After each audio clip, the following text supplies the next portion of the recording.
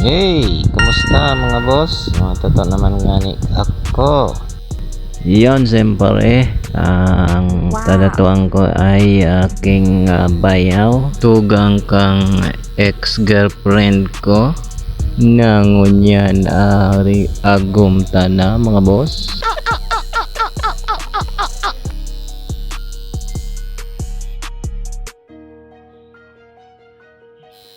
Iyon nga ni mga boss, ang tinatuta ay pinaghalo na yan,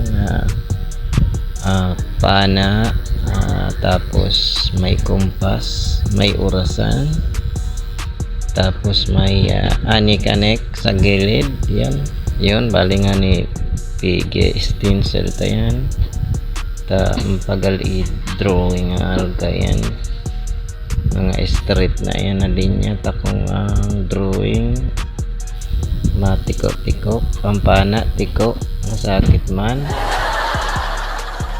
Yun sa baba na nga ni ako nagpuon mga boss para dai kita maburahan ng stencil. Yan ang napakasimpleng discard mga idol.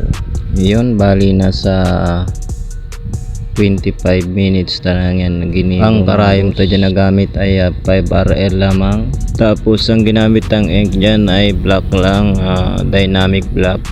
At yun, tapos na mga boss ang tinato mini bayaw.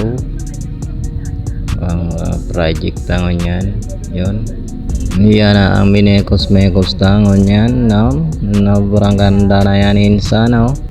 Nakachamba na naman si Makasuya. Yun, yan ang pinag-arugan kang tattoo. Yun, kompas tattoo design na tattoo ta. Yan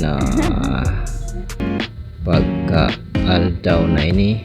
At sa gusto ni mga aragay na tattoo, direct message nilang kamo kay Makasuya TV.